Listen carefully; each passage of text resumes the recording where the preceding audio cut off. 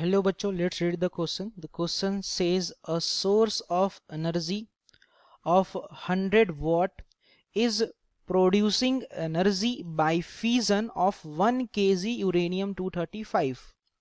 मतलब बच्चों बोल रखा है कि एक आपका 100 वॉट का जो एनर्जी है आपका वो प्रोड्यूस किया जा रहा है फ्यूजन प्रोसेस के द्वारा, वो भी किसके किसके द्वारा, तो यूरेनियम का 1 kg अमाउंट अगर लेंगे उसके द्वारा। ठीक है, अब आपसे बोल रखा है आपसे कि how long it can kept generation of energy, मतलब कि कितना देर तक अपन इससे एनर्जी ले सकते हैं, वो बच्चों आपसे according to the question approx में पूछ रखा है। ऑप्शन नंबर 1 दे रखा है आपका 2.5 into 10 to the power 4 year, second दे रखा बच्चों को 10 to the power 6 second, third दे रखा बच्चों का 8.6 into 10 to the power 7 second, और फोर्थ दे रखा बच्चों आपका 100 ईयर के बराबर।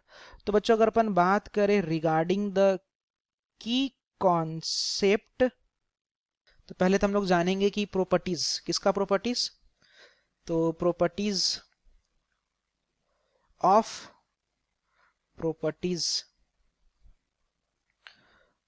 ऑफ यूरेनियम 235 का न्यूक्लियस,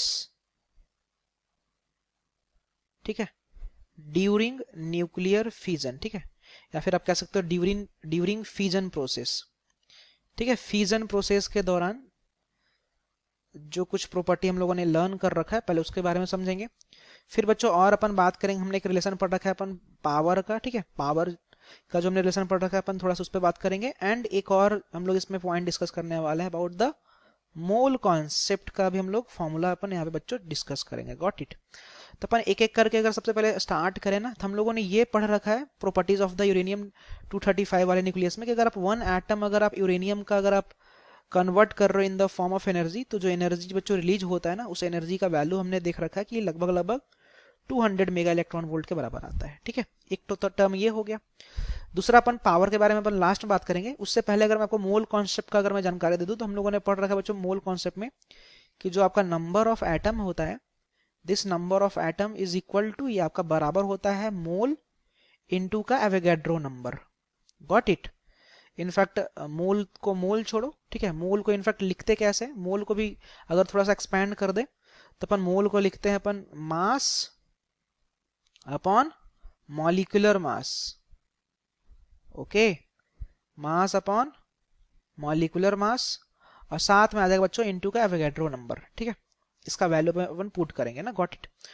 अब ध्यान देना, हमसे जो यूरेनियम का बच्चों मास दे रखा है उससे अपन पहले नंबर ऑफ एटम पहले पता कर लेते हैं ना, बट उससे पहले अगर पावर वाला टर्म भी जान लो ना, पावर के लिए हम लोग क्या बोलते हैं, पावर इज व्हाट, तो this power is equal to होता है बच्चों energy by time. Got it. अब अपन क्वेश्चन पे प्रोसीड करते हैं ना।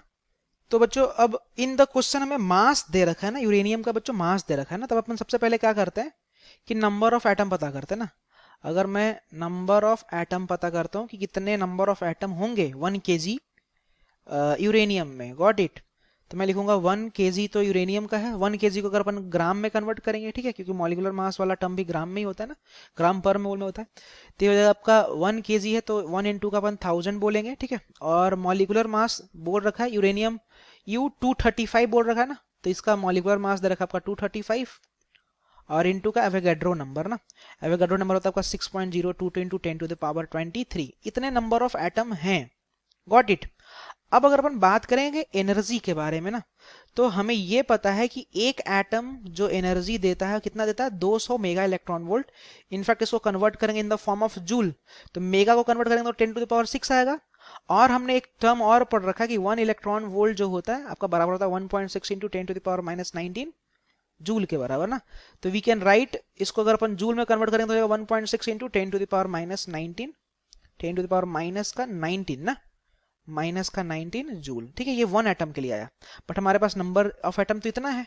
तो अगर मैं बात करूंगा टोटल एनर्जी बताओ कितना आएगा, तो दिस टोटल एनर्जी वाला term will be equal to बच्चों, ये आपका बराबर आ जाएगा, ऊपर है 1000, तो मैं बोलूंगा 1000 बाई 235 इंटू का 6.022 into 10 to the power 23।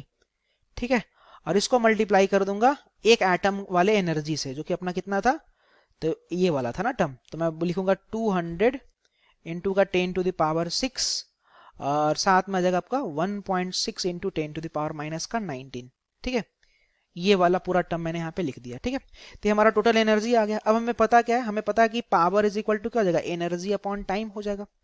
Power बच्चों हमें क्वेश्चन में दे रखा है ना, पावर कितना है 100 वॉट है। ठीक है, एनर्जी हम लोग यहाँ से उठाकर रख लेंगे ना, ये वाला टर्म को अपन यहाँ पे रख लेंगे। तो जब आपका अगेन मैं लिख रहा हूँ 100 इंटू का 235 और इंटू का 6.022 into 10 to the power 23 into का 200 into 10 to the power 6 into का 1.6 into 10 to the power minus का 19। Got it. और इसको पूरे टर्म को अपन डिवाइड कर देंगे विथ टाइम के साथ। ठीक है, इसको टाइम के साथ डिवाइड कर देंगे ना। अब ऊपर वाला जो टर्म है ना बच्चों, ये ऊपर वाला टर्म आफ्टर सिंप्लीफाइंग जो आपका आता है, ये आपका आता है, ये 100 हो जाता है। ये ऊपर वाला टर्म आपका आता है 8.2 into 10 to the power 7। Got it. और ये जाएगा बाई टाइम। अब यहाँ से अगर आप टाइम को जस्ट सॉल्व करोगे तो after solving the time, the value of time will be equal to, आपका जाता है 8.2 इंटू का 10 टू द पावर 5 सेकेंड के बराबर आ जाता है। ठीक है, 8.2 into 10 to the power 5 second के बराबर आ रहा है ना। So we can write it as ना 0.82 इंटू का 10 टू द पावर 6 सेकेंड। ठीक है, तो जो अप्रोक्सीमेटली हमसे क्वेश्चन में पूछ रखा है, तो 0.82 को आप लगभग अगर आप 1 मान लो तो ये आपका लगभग बच्चों बराबर जाएगा 10 टू द पावर 6 सेकेंड के। Got it. तो अपन बच्चों ऑप्शन से अगर अपन चेक करें तो ऑप्शन वाइज जो आपका सेकंड नंबर का ऑप्शन है 10 to the power 6 second, so this one is the correct. So this is the final answer. Hope you understood it well. Best of luck.